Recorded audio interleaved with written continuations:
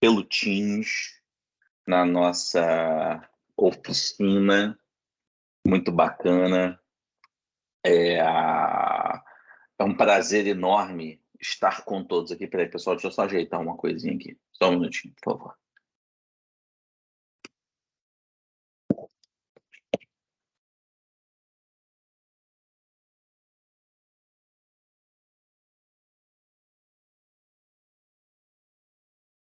Agora foi, hein?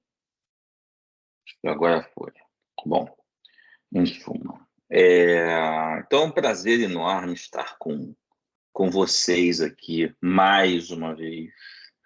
Tá? Acho que todos aqui, né? Todos, graças a Deus, foram meus alunos. Deixa eu só compartilhar a tela com vocês aqui.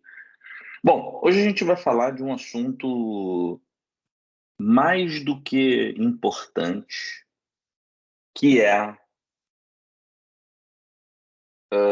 são os métodos adequados, né? Os métodos adequados que são da maior relevância para a gente aqui dentro do nosso mundo jurídico como forma de solução, né, de conflitos, né? Vocês já me viram falando sobre isso lá nas aulas.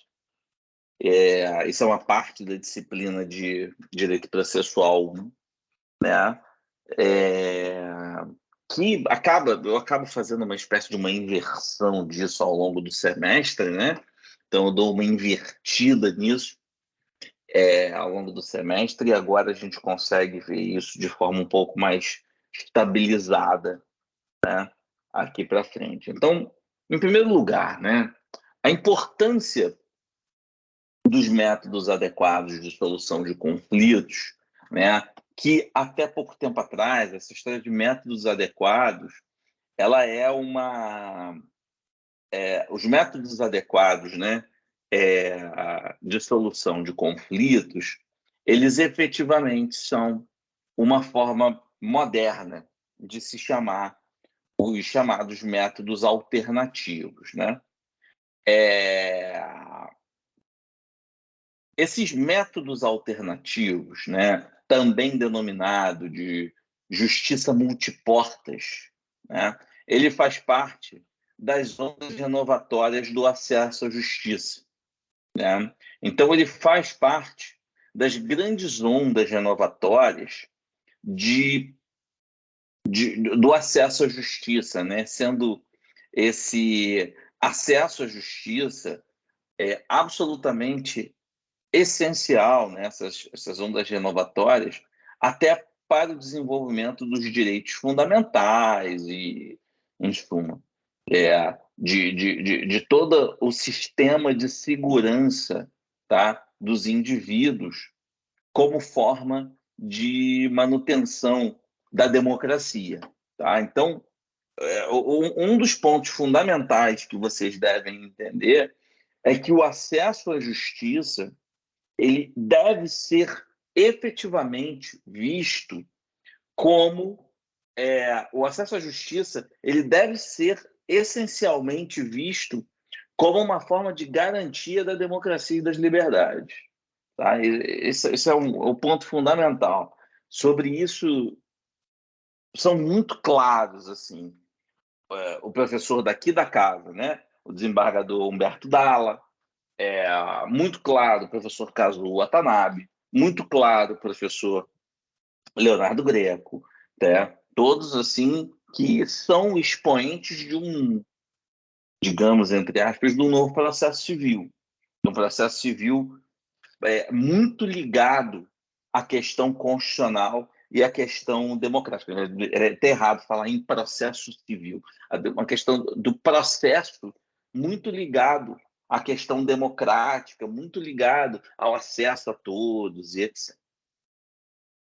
E esses métodos adequados de solução de conflitos estão de acordo com essas ondas renovatórias do processo, que surgem essencialmente no século XX. Então, você teve a primeira onda renovatória, a segunda onda renovatória, que trata um pouco da questão do acesso à justiça por meio de pessoas que, a rigor, não tinham condições de fazê-lo, e a terceira onda, que é uma forma de você aliviar o poder judiciário da quantidade de demandas que esse poder judiciário tinha. E aí a gente tem que, obviamente, pensar dentro do contexto que ele foi criado, dentro do contexto europeu. Lá no ambiente europeu, tá? Lá no ambiente europeu,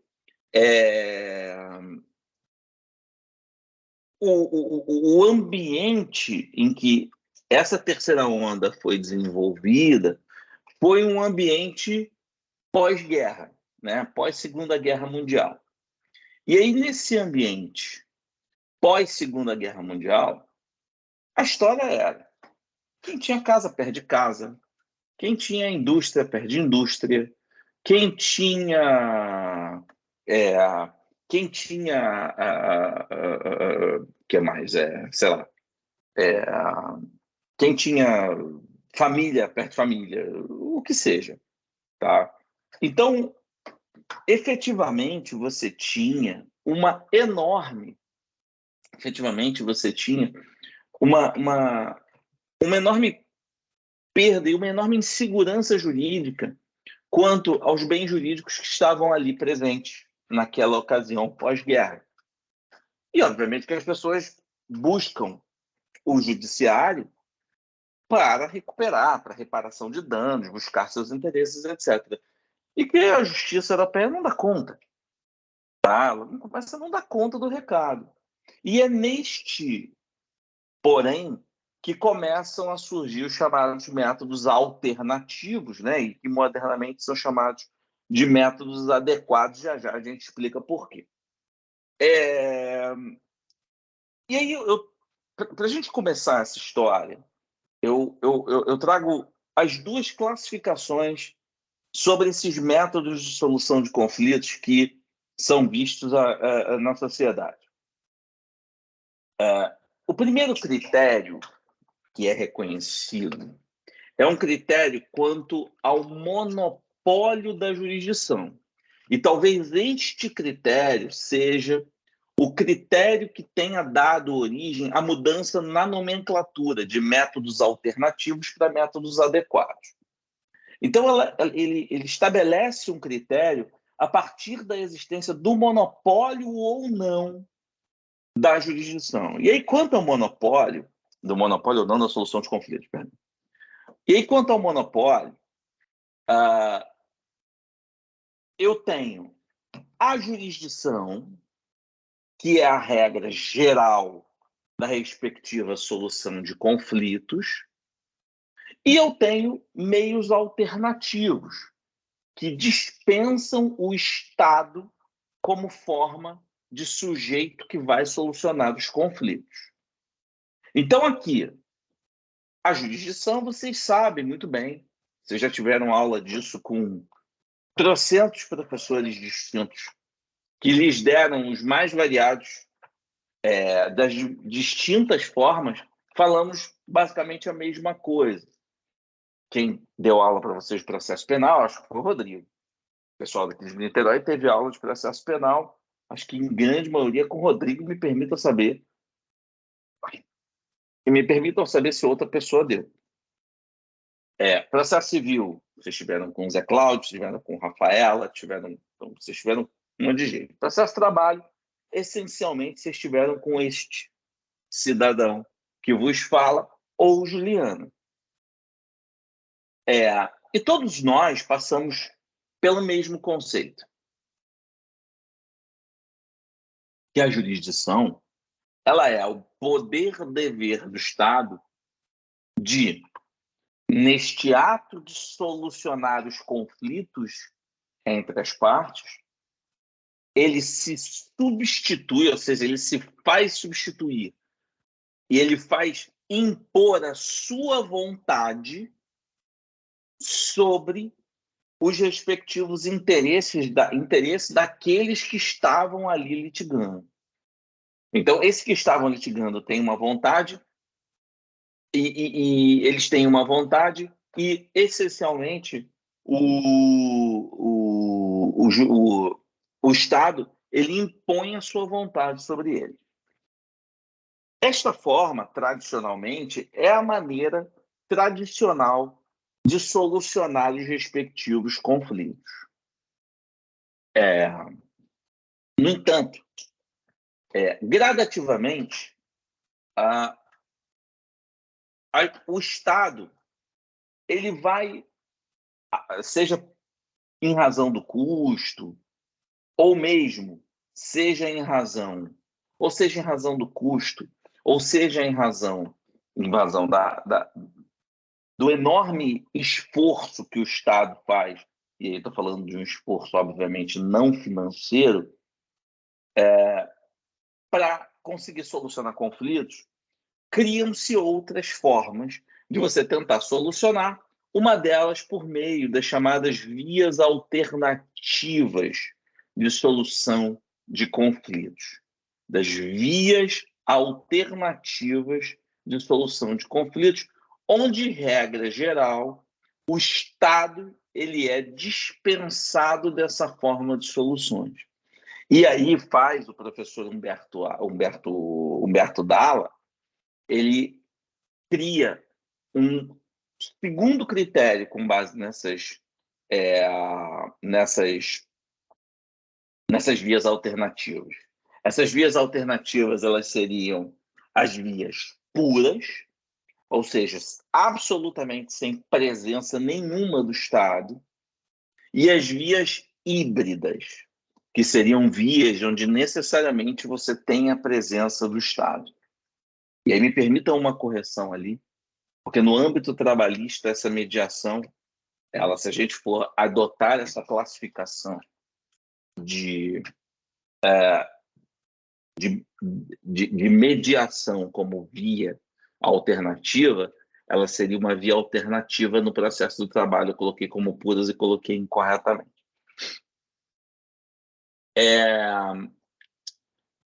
Bom, então, o que a gente elenca, né, como as chamadas vias puras aqui?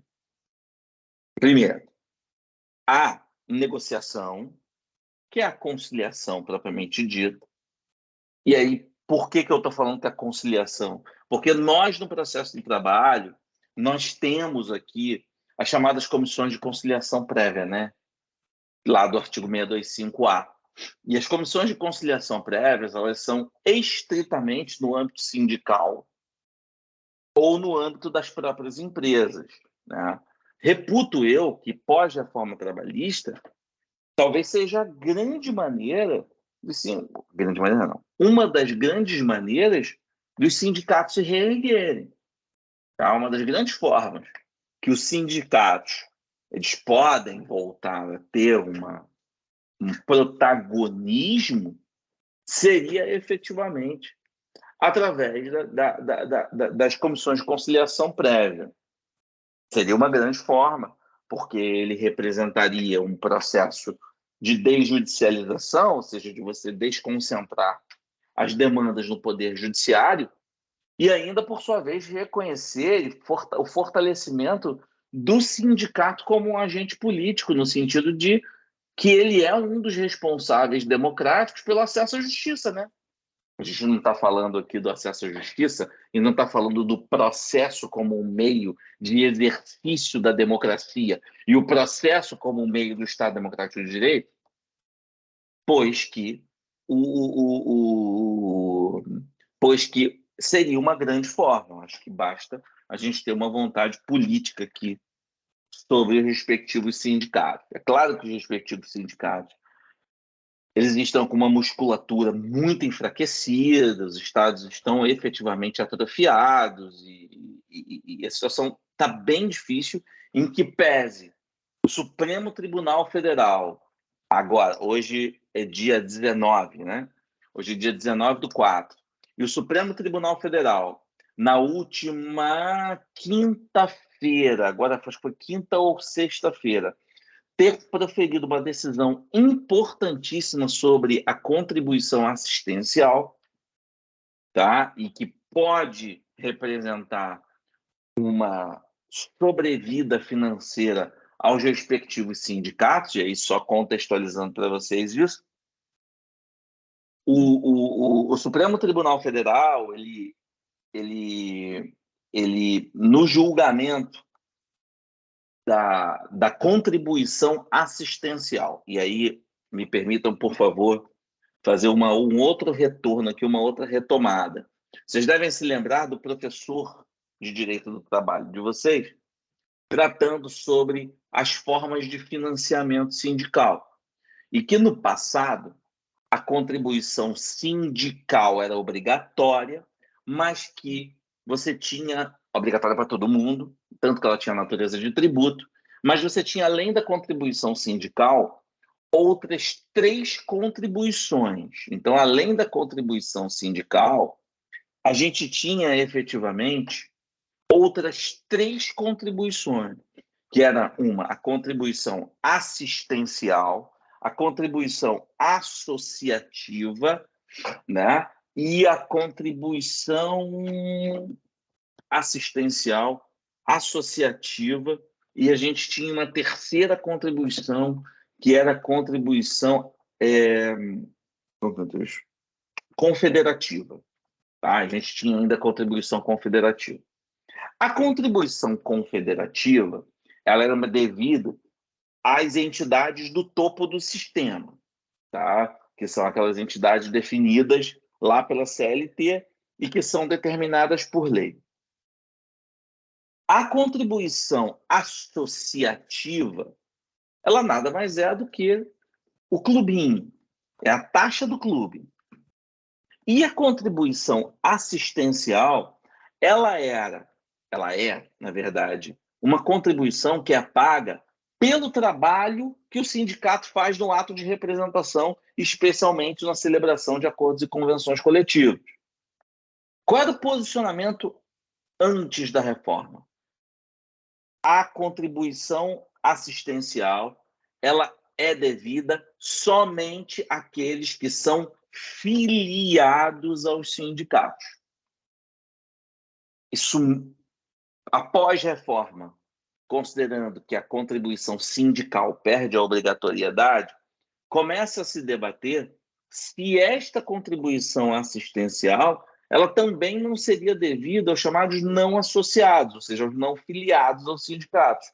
Então, se tiver uma convenção, um acordo ou uma convenção coletiva aplicáveis a esse caso, o acordo da convenção coletiva, eles passam a abranger não somente aos filiados, como também aos não filiados ao respectivo sindicato. Ou seja, ele passa a ter uma abrangência maior e, de certa forma, uma obrigatoriedade perante aquela categoria específica. E esta foi a decisão que o Supremo Tribunal Federal teve, de que se tiver convenção ou acordo coletivo que dispõe sobre essa contribuição assistencial, ela é devida a todos da categoria, independente de ser filiado ou não, resguardado o respectivo direito de oposição, ou seja, eu não querer pagar isso porque eu não concordo. Ou seja, você tem, na verdade, constitucionalizado uma via. Então, agora os sindicatos, onde eu quero chegar? Os sindicatos já têm uma via de financiamento. Então, se eles têm uma via de financiamento, eles seriam interessantes eles começarem a fomentar e trazer para si as comissões de conciliação prévia como forma de solução do conflito. Entenderam esse negócio? Tá? Isso seria muito importante nesse caso, como forma pura. Então, você tem aqui, segundo esse critério, uma primeira forma pura, alternativa de solução de conflitos. Além disso, a gente tem, num outro lado, a arbitragem. A arbitragem como forma de solução de conflitos. Na arbitragem, eu tenho, na verdade, um terceiro solucionando o conflito. Esse terceiro é escolhido por mim. Esse terceiro é escolhido por mim, pelas partes contratantes. E que sempre foi uma discussão muito grande se a arbitragem ela era aplicável ou não ao processo do trabalho, que a própria Constituição, em 88, ela matou a charada. E ela permitiu que a arbitragem ela efetivamente fosse aplicável ao processo do trabalho, desde que no âmbito coletivo. O artigo 114, parágrafo 1º, ele diz: frustrada a negociação coletiva, as partes podem eleger árbitros. Então, se houver uma negociação coletiva frustrada, as partes poderiam eleger árbitros. Então, desde a Constituição de 88, já era muito pacífico que a arbitragem, desde que fosse em âmbito do direito coletivo do trabalho, ela poderia ser uma forma de solução de conflitos. A discussão estava no direito individual, pode? E aí, a lei de arbitragem de 1996, na semana que eu comecei a cursar o curso de direito, diga-se de passagem, para vocês verem como eu estou velho e caquético, na semana que eu começar o curso de direito, é promulgada e editada a lei de arbitragem. E eu não fazia a mínima ideia do que fosse. Falava-se de arbitragem. O professor Condorcet falava de falecido, né? Falava de arbitragem. Ele criticava muito a arbitragem, eu não entendia nada. Bom, a lei de arbitragem, ela permite, então, que um terceiro, escolhido pelas partes, solucione um conflito em caso de alguma contenda ali.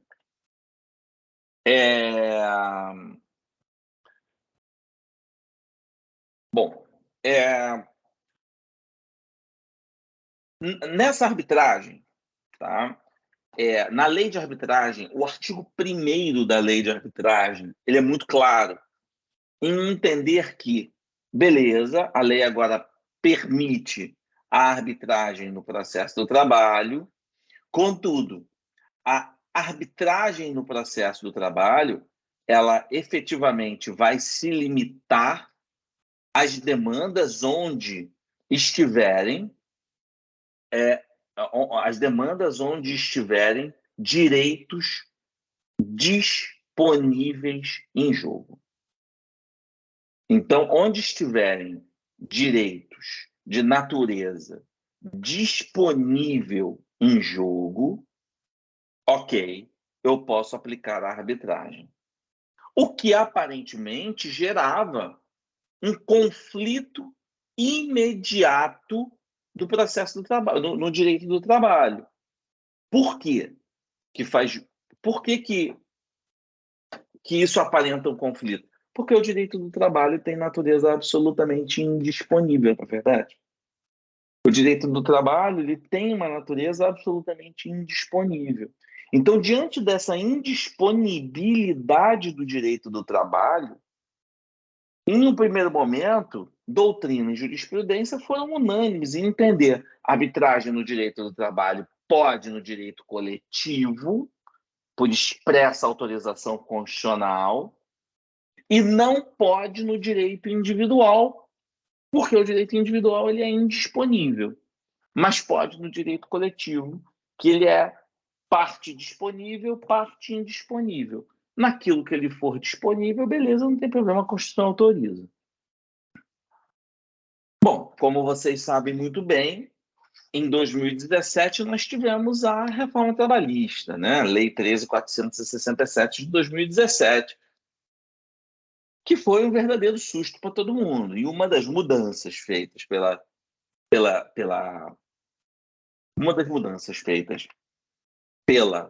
lei trabalhista foi na arbitragem, onde ela abriu as portas da arbitragem no direito individual, mesmo com relação a verbas indisponíveis, sem fazer qualquer ressalva.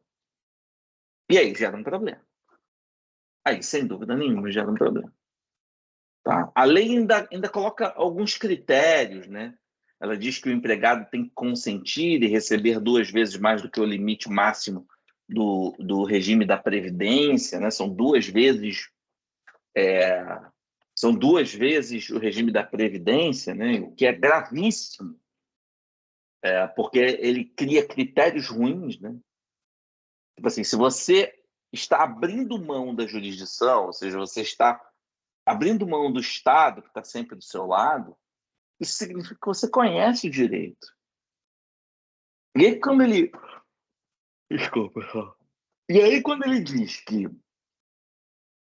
quando ele diz que a parte tem que dar ciência, significa, em tese, que a parte conhece o direito, quando a parte não conhece. A parte não conhece o direito. Isso é muito grave. Você está abrindo mão de uma coisa que você não conhece. E mais ainda, ele cria um critério pecuniário salarial, onde este critério pecuniário salarial, ele seria o critério que faria um corte quem pode ser submetido à arbitragem ou não.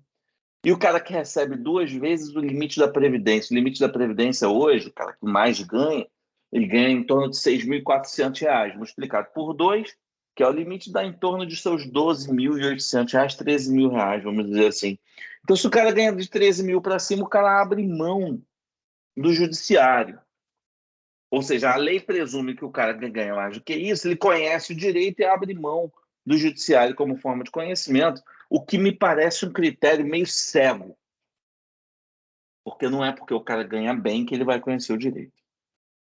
Tá? Eu tenho aí carreiras conhecidas no Brasil, onde as pessoas mal têm um nível superior e que elas não conhecem o direito, ainda que tivessem nível superior, muitos não conhecem. Então, efetivamente, você tem um problema muito sério aqui na arbitragem como forma de solução de conflito. E, por último, a gente tem a mediação, né? A mediação que é uma forma, e a mediação passa por algumas discussões, onde na mediação, efetivamente, eu tenho um terceiro, que ele influencia ali na decisão. Então, qual é a aproximação entre a mediação e a arbitragem, que vocês ontem tiveram aí uma oficina, né? uma simulação de mediação com o professor Rodolfo? Qual é a aproximação que se tem entre a mediação e a arbitragem? A aproximação que se tem é que na mediação e na arbitragem você tem uma figura de um terceiro que está presente ali para solucionar ou para ajudar a solucionar aquele conflito. Qual é a diferença? Primeiro, que na arbitragem eu tenho essa obrigatoriedade dos direitos de estar em jogo os direitos disponíveis, eu não posso falar sobre indisponibilidade, enquanto na mediação eu efetivamente não tenho essa limitação. Essa limitação ela é uma limitação doutrinária jurisprudencial. Já com relação à arbitragem, a decisão é impositiva, ou seja, o árbitro ele substitui a sua decisão, ou seja, o seu interesse, ele substitui o das partes. E as partes ficam automaticamente abrem mão da jurisdição e automaticamente elas se submetem à arbitragem. Na mediação, não. Na mediação, você não tem nenhuma decisão impositiva na mediação. Na mediação, isso não existe. Tá? Não existe uma imposição nessa mediação. Na mediação, que há uma solução consentida. As partes, elas é que são o principal objeto, o sujeito, perdão, e elas é que efetivamente chegam à solução, ao contrário da arbitragem, onde o árbitro é que impõe o seu interesse. Isso acaba gerando um problema, que a gente vai falar já já, sobre você não saber como é que você classifica a mediação no outro critério. No processo do trabalho, o professor Rodolfo deve ter falado isso para vocês ontem, hoje a mediação ela é exclusivamente prevista em obedecimento à regra do Código de Processo Civil, que efetivamente prevê um entremeio, né, uma interveniência dos tribunais no ato de mediação. No processo do trabalho, a mediação ela é feita no âmbito do Tribunal Superior do Trabalho, em âmbito coletivo. Alguns regionais também têm, Alguns regionais já têm câmaras de mediação, não sei se aqui no Rio tem, tá? Mas o estado de Goiás, por exemplo, TRT-18, é um TRT muito organizado, assim. Eu fui no TRT-18 agora, recentemente. TRT-18 é um brinco. Ele parece um shopping, lindo, entendeu? Como eu adoraria ter trabalhado ali na sede nova. A sede nova é uma beleza. E a mediação, ela é a mediação, ela efetivamente, ela é uma forma de solução de conflitos, mas que hoje ela está bastante restrita ao âmbito coletivo, tá? As mediações em âmbito individual, elas acabam caindo para a conciliação, tá? E daqui a pouco a gente vai falar mais sobre mediação, mas a ideia do mediador é que esse mediador ele seja um incentivador dessa negociação. A negociação é feita pelas partes. E, essencialmente, numa mediação, o que se procura não é chegar no meio termo, no sentido de que se uma parte entende que é credora de 100 e a outra parte entende que não tem que pagar nada, na conciliação, o ideal seria chegar no meio termo. Uma parte cede daqui, outra parte cede dali, e a gente chega. Numa mediação, a ideia é que surja uma terceira solução.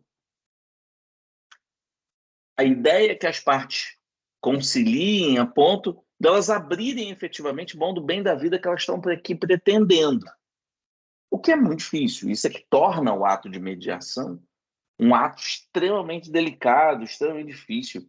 Hoje se fala muito, que vocês já devem ter ouvido falar disso, tem uma grande amiga nossa, que talvez já tenha até sido professora de vocês, a professora Stephanie, que ela trabalha muito a psicologia dentro do direito. Ela hoje é uma das principais pessoas que fala da psicologia dentro do direito. E todos os autores, quando falam da mediação, eles ressaltam a mediação como uma forma muito mais psicológica, analítica de você olhar para a solução do conflito do que propriamente jurídico. O mediador ele tem que ter essa sensibilidade de ter esse toque de olhar para as pessoas com uma sensibilidade, com uma vista especial. E dentro disso, olhar para as pessoas com esse caráter especial da mediação, ele acaba chegando no meio termo de solução de conflitos.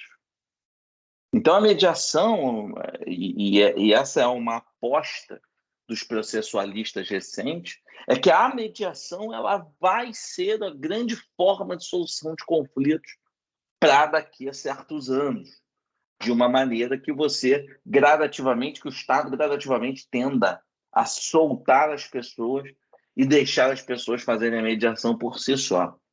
Tá? Eu concordo com isso. Eu acho que a sociedade, a meu ver, a sociedade ela ainda não está preparada hoje para isso. Tá?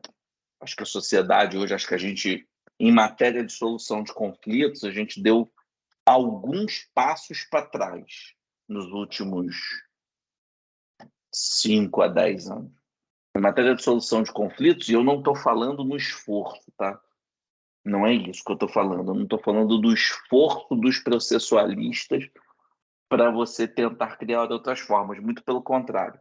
Em matéria de esforço desses processualistas, eu não tenho a mínima dúvida que esses processualistas eles se esforçaram ao extremo para conseguirem solucionar, arrumar outros métodos. Mas eu acho que a sociedade tem uma grande parcela de culpa no atrofiamento desta mediação. E não somente da mediação, como da arbitragem, como da conciliação prévia. Em matéria trabalhista, por exemplo, posso tranquilamente dizer que a reforma trabalhista ela é um desses pontos onde a mediação fica muito prejudicada, tá? Porque você tem dentro desse quadro psicológico que a gente está dizendo, a gente está tratando aqui, você tem você tem um quadro geral de insatisfação da maneira que o trabalho, seja do ponto de vista material ou processual, está sendo conduzido, né? Existe uma insatisfação enorme. Quando você faz uma legislação que ela cria um monte de controvérsia e todas elas muito negativas, tá? Você está diante de um quadro de insatisfação, que foi diferente da criação, por exemplo, do Código de Processo Civil em 2015, quando você teve, obviamente, críticas também, mas, de uma maneira geral, você tinha o entendimento que o processo civil ele estava dando passos para frente. Óbvio, vai ter críticas num ponto, vai ter críticas no outro, mas em 2015 era um consenso, e aí eu posso falar tranquilamente que, mais uma vez, eu mostro a minha idade, né, para vocês, né, quanto eu sou velho. Então, quando na entrada do Código de Processo Civil, foi um consenso que passos grandes estavam sendo dados para frente, em que pese um ponto ou outro poderiam ser melhores, poderiam ser tirados, poderiam ser. Você sempre vai ter alguma controvérsia diante dos anseios da sociedade. Mas, de uma forma geral, foi positivo o Código de Processo Civil, foi positiva a edição da lei, a iniciativa, etc. Isso teve grande repercussão positiva no mundo. Agora, não aconteceu isso com a reforma.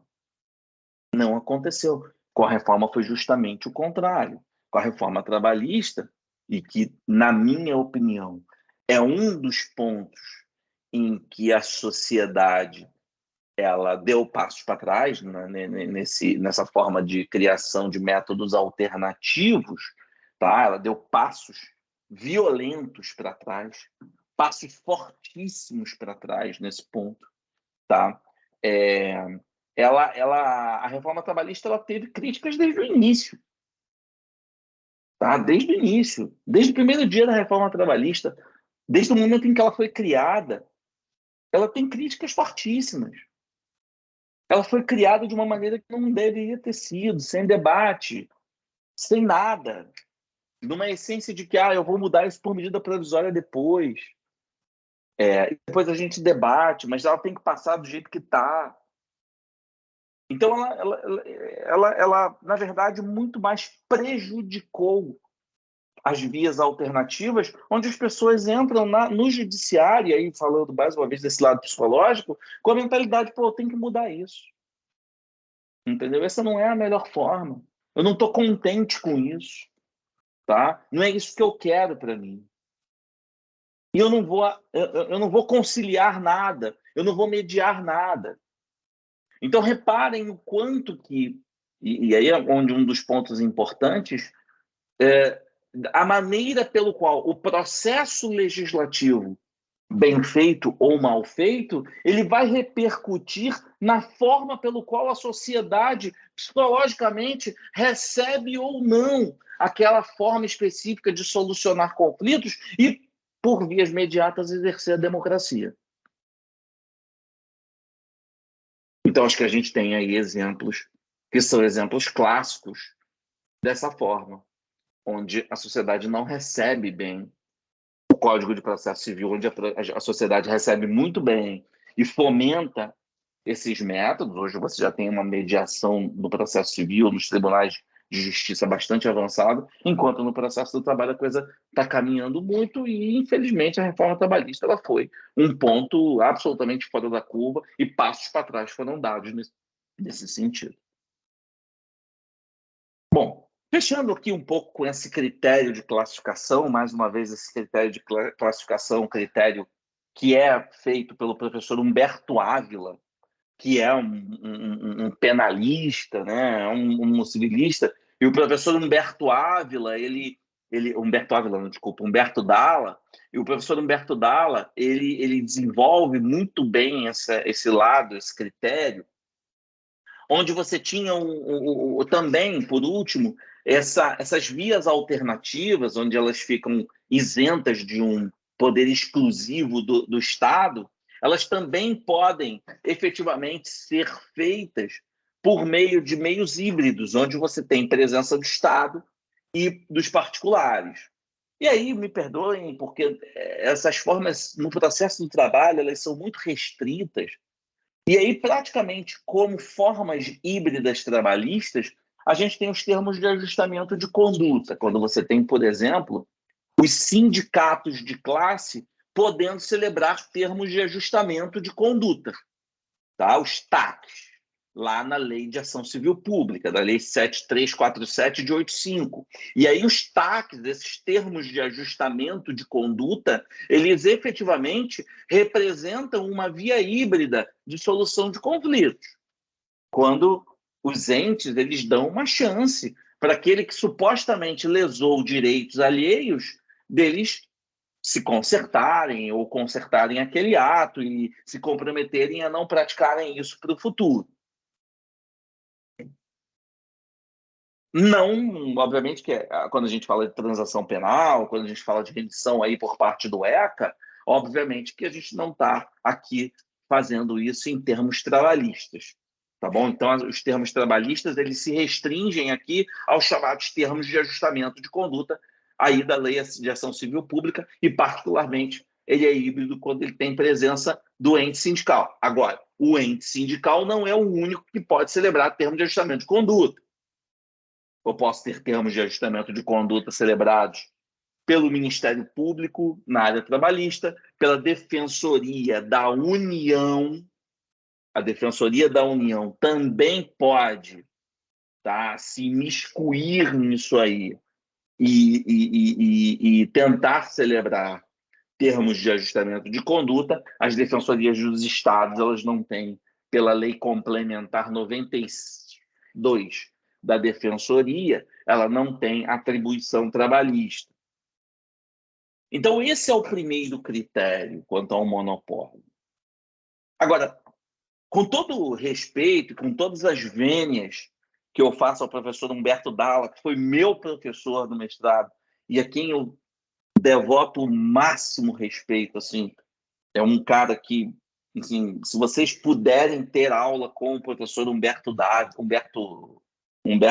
Dalla, assim, é uma fonte inesgotável de conhecimento jurídico ou não, tá? O professor Humberto Dalla, além de ser um cara respeitado, mas assim, respeito, na minha opinião, ele se dá através da conquista do conhecimento, né? Quando esse cara te conquista pelo conhecimento, quando você conquista uma pessoa não pelo uso da força, mas sim pelo conhecimento que essa pessoa ela emana para você, essa pessoa passa a ser muito respeitada como um líder, né? Como um ídolo.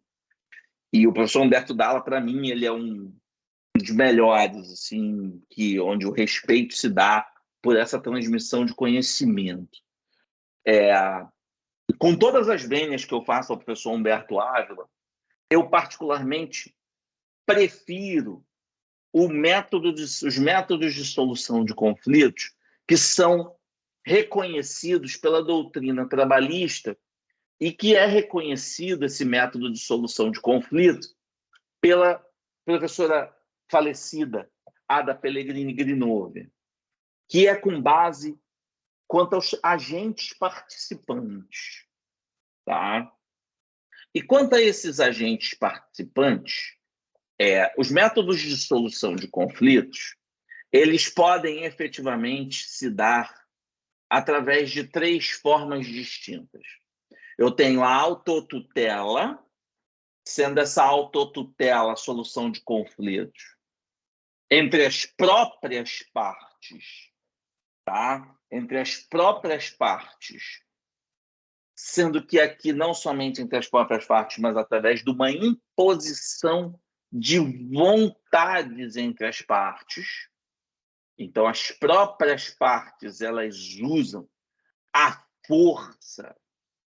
As próprias partes, elas usam a força, a imposição de vontades para efetivamente impor um sobre o outro. E aí, como exemplos aqui na área trabalhista, a gente tem a greve. que é o exemplo clássico, tá?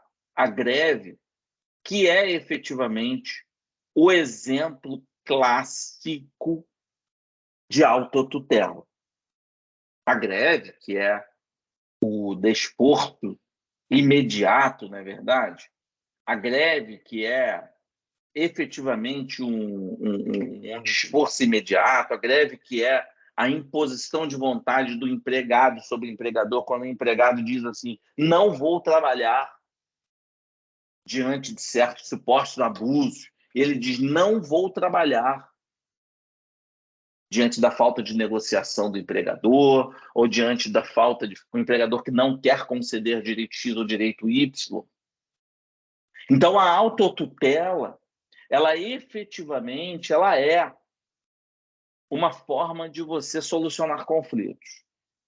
E a autotutela, a autotutela, a greve, é um direito fundamental. A greve é um direito fundamental.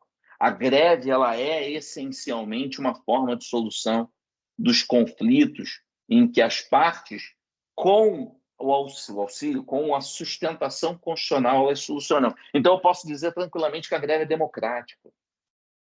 Tá? Posso dizer tranquilamente, desde que ela, obviamente, seja feita dentro dos limites legais da Lei 7.783 de 89.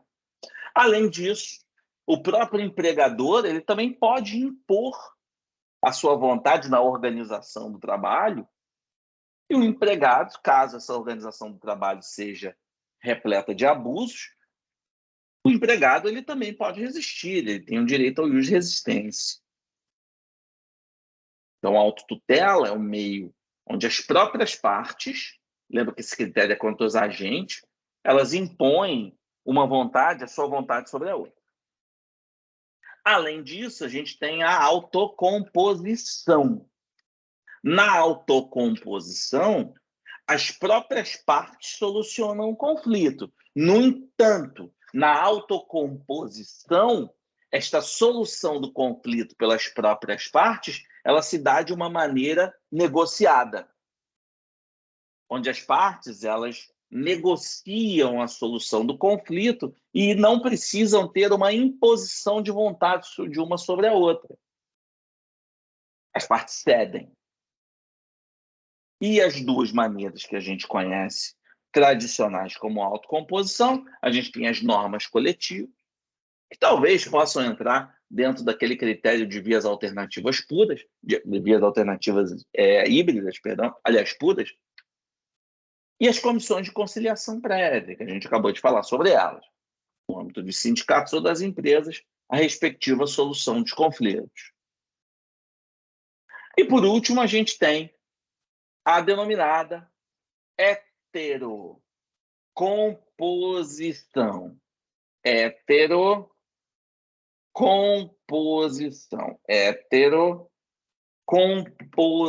Mudei aqui. Estou tirando foto aqui.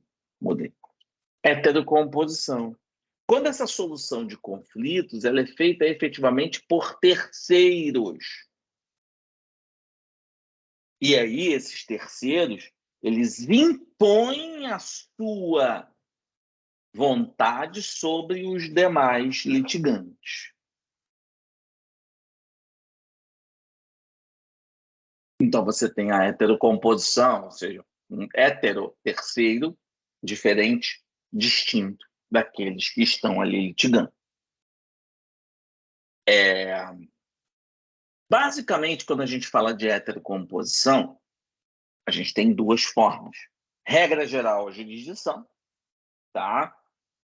Que essa jurisdição ela pode ser, regra geral, contenciosa, porque ela pressupõe necessariamente a existência de uma lide, e quando você pressupõe a existência de uma lide, você tem a imposição de vontade do Estado sobre os demais. Regra geral no processo do trabalho, se a jurisdição contenciosa ela tem sua competência definida no artigo 114 da Constituição, e ela pode ser individual ou coletiva. Mas você tem a jurisdição voluntária, e essa jurisdição voluntária trabalhista agora, ela com a reforma, um dos raríssimos bons aspectos da reforma, mas que depois ela mostrou por que ela existiu, daqui a pouco eu conto essa história, que é a jurisdição voluntária, por meio do respectivo instituto que foi criado, a chamada homologação de acordo extrajudicial do 855B da CLT, quando, nesta homologação do acordo extrajudicial pelo 855B da CLT, o acordo pode ser feito fora do processo e você leva o acordo pronto para que o juiz só homologue. Isso evitou uma fraude que existia lá na minha época do Australopithecus, né? Que você tinha um negócio chamado audiência casadinha, onde um advogado, uma parte contratava um advogado para outra, para irem já com o processo combinado e fazer acordo. Você não precisa mais fazer isso. Eu posso celebrar o acordo fora do processo. Tá? E acabou. E leva para o juiz dar o de acordo ou não. Se as partes estão de boa fé, tudo bem, não vai ter problema nenhum. Ok? Beleza. E, por último, a arbitragem. Tá? A arbitragem, que a gente acabou de falar aqui, que ela coletiva já era desde a Constituição lá no início, mas a reforma trabalhista trouxe essa novidade do individual. Qual é a pergunta que vocês vão fazer agora que o nosso tempo já está esgotando? Qual é a pergunta que vocês vão fazer para mim? Flávio, você falou para cacete de mediação. Segundo esse critério, onde está a mediação?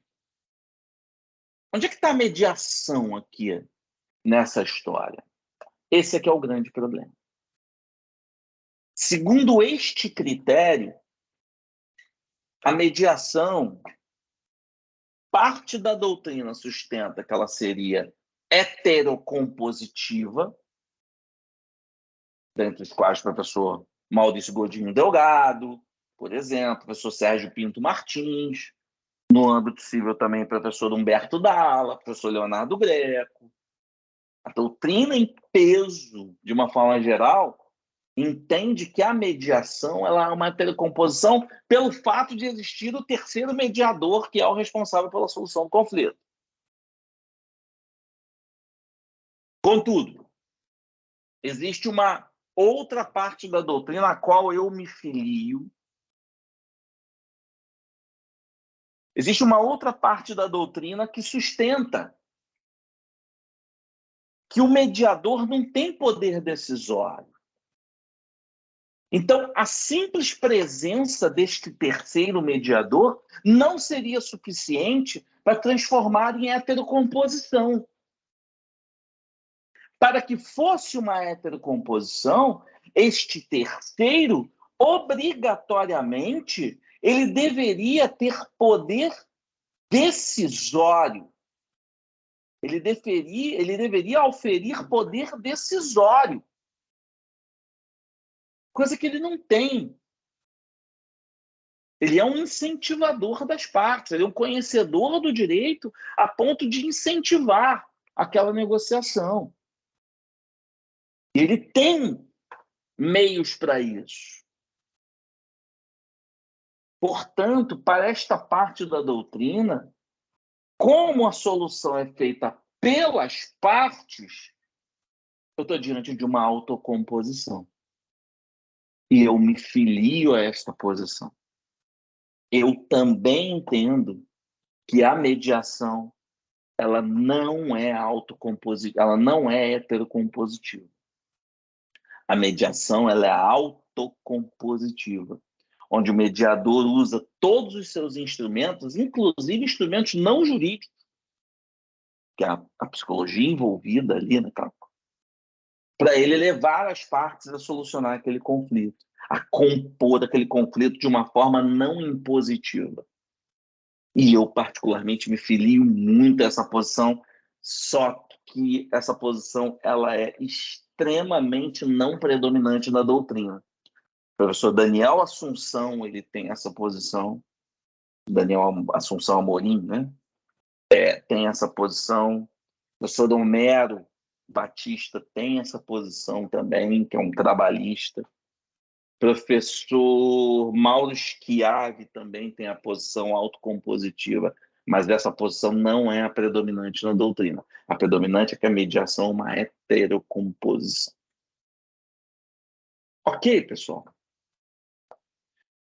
Pesados, eu acho que nós encerramos aqui, né, nossa breve exposição aqui sobre os métodos e foi muito importante. E aqui vai essencialmente um agradecimento a vocês pela presença que nós temos aqui de todos no dia de hoje.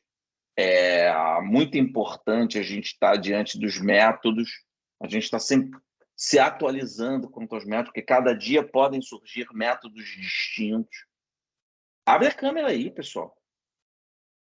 A cada dia a gente pode ter efetivamente métodos distintos. E como eu disse, assim, acho que o ponto mais importante que a gente deve auferir hoje aqui é o seguinte: com chimarrão, tirando onda de sulista. Cadê o resto desse povo, pessoal? Aê, Fabiano, olha o Agnaldo aí. Fiquem. Saudades, querida.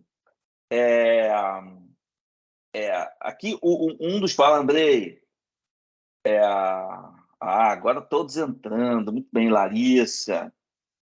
Aqui o grande ponto, pessoal, aqui, Maicon, meu amigo, o grande ponto, pessoal, que vocês têm que ter em mente é o seguinte, tá? O grande ponto que vocês têm que ter em mente: os métodos adequados, os métodos alternativos de solução de conflitos, eles devem e têm sempre que estar, eles devem sempre estar de acordo, eles devem sempre ser entendidos como uma forma de democracia, de exercício e efetividade da democracia através do acesso à justiça.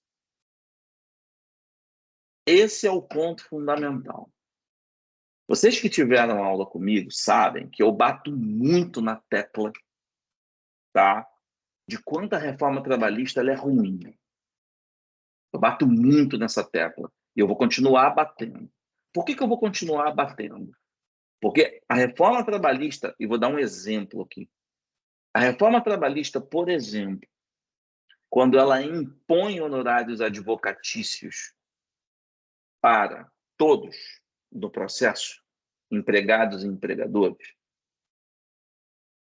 ela não somente, quando eu estou olhando isso do ponto de vista do empregado, ela não somente prejudica aquela história do empregado ser parte mais fraca, mas eu acho que isso, a meu ver, é o de menos hoje em dia. O problema maior, quando você tem a reforma trabalhista impondo honorários advocatícios em toda e qualquer hipótese, é que ela limita o acesso à justiça. As pessoas não ajuizam ações por medo. E ao não ajuizar ações por medo, você limita o acesso à justiça. E quando você limita o acesso à justiça, você não efetiva a democracia. Você faz com que o Estado democrático de direito seja menos efetivo. Eu não estou dizendo que o empregado tem que ser protegido. Eu estou dizendo que as demandas precisam chegar a uma solução. Por quê? Porque se você não dá uma solução para as demandas, é aquela história que o Carnelucci ele dizia, vocês devem ter visto isso em TGP. As partes têm direito à resolução do mérito. As partes têm direito a dizer, a que o judiciário diga para elas se é certo ou se é errado. Elas têm esse direito. A sociedade tem que ter esse direito de saber se está certo ou se está errado. E se você, Estado, impõe obstáculos na forma de solução dos conflitos, automaticamente você, Estado, não está trabalhando a favor da democracia, você está trabalhando contra essa democracia. E esse é o maior problema que você tem na reforma, quando você limita a gratuidade de justiça, quando você limita por meio de honorários e impõe os honorários para todo mundo, quando até o beneficiário, apesar que isso foi agora declarado inconstitucional pelo Supremo Tribunal Federal, mas até mesmo quando o Supremo Tribunal Federal, desculpa, o beneficiário de gratuidade de justiça, ele não pode ir ao Poder Judiciário, ele tem que pagar os respectivos honorários, perdão. Você tem uma forma de limitação de acesso. Então, esses métodos alternativos, eles precisam ser vistos obrigatoriamente como uma forma de acesso à democracia. O ministro Gilmar Mendes, ele... E aqui a gente pode até criticar o Gilmar pelo que dizem dele, né? Eu nunca tive com ele, né? Mas o ministro Gilmar Mendes, você pode falar o que ele quiser, mas ele é disparado o melhor ministro do Supremo. E o Gilmar, ele tem uma posição muito semelhante a essa que eu acabei de falar. E ele julgou isso num caso trabalhista. Tá? Depois vocês peguem, quando ele fala de acesso à justiça, daqui a pouco eu pego o número da ação direta de inconstitucionalidade, mas coloquem no Google ação direta de inconstitucionalidade, bota Supremo Tribunal Federal, mútuo acordo. Aliás, eu tenho isso aqui. Supremo Tribunal Federal, mútuo acordo. Peraí. Eu tenho isso aqui.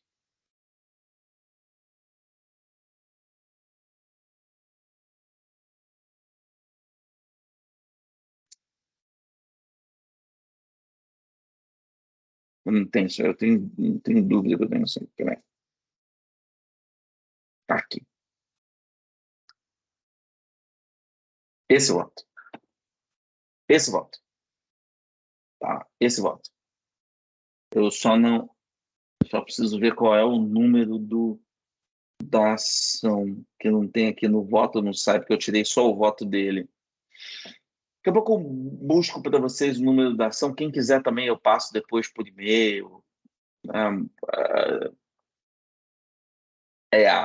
A discussão ela foi em torno do artigo 114, parágrafo 3º da Constituição.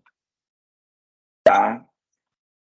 O parágrafo 3º ele é editado pela emenda constitucional, na verdade, incluído pela emenda constitucional número 45 de 2004, ele tem uma previsão onde ele diz que para o ajuizamento de dissídios coletivos de natureza econômica é necessário mútuo acordo.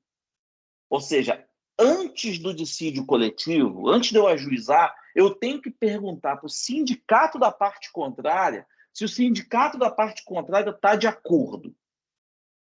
Tá? Se o sindicato da parte contrária está de acordo com o ajuizamento de dissídio coletivo. Aí você fala, pô, aí, Flávio, eu vou perguntar para o réu se ele está de acordo com a ajuizar a ação. Nesses casos aqui, sim. O que entendeu o ministro Gilmar? Ele entendeu o seguinte: existem outras formas de eu solucionar o conflito que não sejam pelo meio judicial. Eu não posso esgotar outras... Isso eu estou contando o argumento dele, mas não necessariamente que eu concorde com isso. Eu não posso esgotar os meios, eu não posso ir ao judiciário sem ter esgotado os outros meios. E a Constituição, quando ela fala em acesso à justiça, esse acesso à justiça ele tem que ser pleno. E eu tenho que exercer, eu tenho que dar efetividade e constitucionalidade às formas de acesso à justiça, porque se eu fizer isso, eu efetivamente estou incentivando o exercício da democracia. E ele, eu não sei onde exatamente, agora também a gente não vai conseguir ver isso, mas ele fala expressamente isso. Tá? Ele diz expressamente isso. Que é uma forma, quando eu estou exigindo que a outra parte me dê como um acordo, eu não estou tirando o acesso à justiça, muito pelo contrário, eu estou fomentando. Ele diz isso aqui num trecho do voto, eu passo para vocês isso aqui depois. Ele diz, eu estou fomentando o acesso à justiça. Só que não por via do judiciário. Eu estou aqui querendo que você volte lá nas negociações coletivas e debata, que você trate isso, tente tratar isso por meio da mediação ou de outras formas. E aí, se num momento posterior isso ainda estiver não for tida a consideração, aí vocês vêem o judiciário de novo com o acordo da outra parte.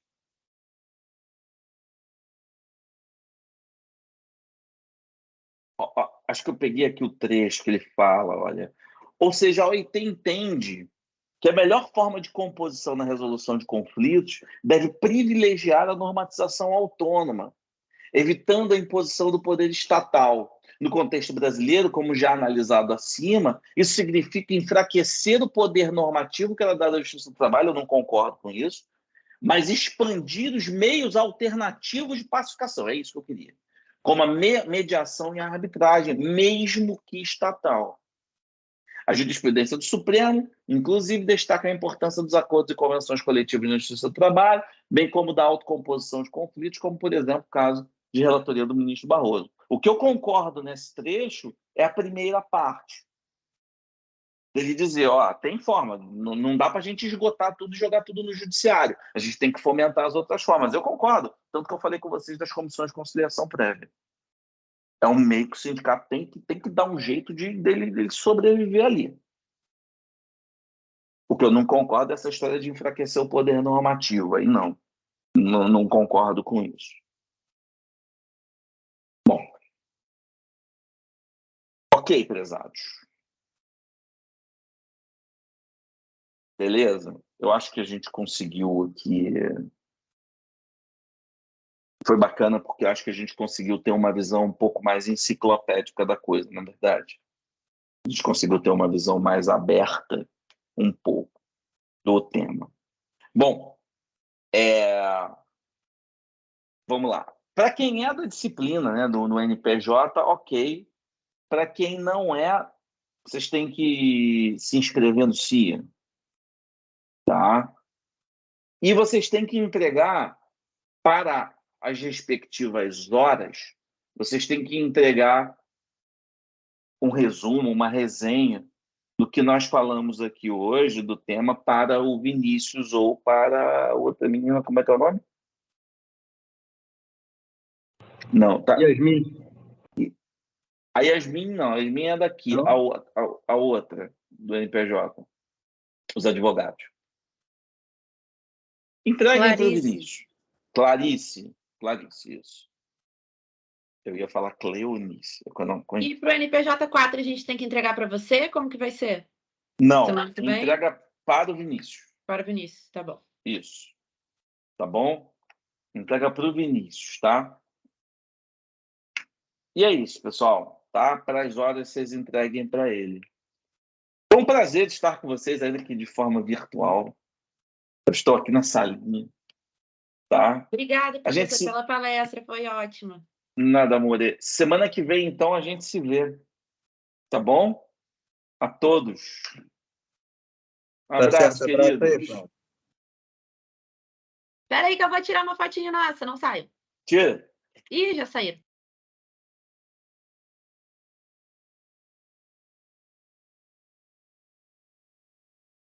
Foi? Foi. Tirei print da tela. Maravilha, queridos. Um abraço para vocês. Tchau, obrigada, professor. Até mais. Professor?